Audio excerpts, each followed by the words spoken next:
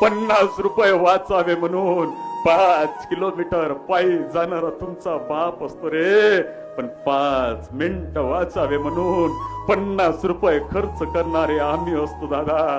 तो बाप जाणायचा. अरे त्या माय बापा स्वतःचा देव पाहायचा. माय बाप तुमच्या हिताचं बोलत रे.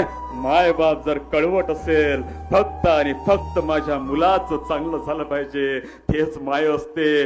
तुमचं सर्वांचं सुख त्या माय बापापाशी आहे हो. त्या माय बापाच्या पडेल दादा तुमचं सुख नाही आहे. त्या माय बापाचं नाव उज्ज्वल करण्यासाठी दादा आम्ही शाळेत शिक्षण घेतो, पण नाही आम्ही आज शाळेत शिक्षण घेत नाही.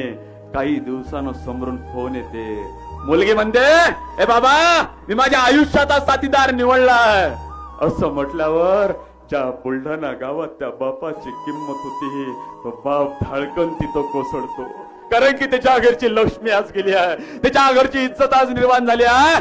जो भाऊ बुलेट घेऊन गावभर फिरायचा, तो भाऊ आज घराच्या बाहेर निघत नाही, कारण की त्याच्या घरची इज्जत आज निर्माण झाली आहे. जे मायमाऊली किचनच्या बाहेर कधी नाही यायची, तिथं पोलीस बूट घालून जातात आणि विचारतात मुलगी आजच गेली की याच्या आधी सुद्धा जायची. आई निरुत्तर होते.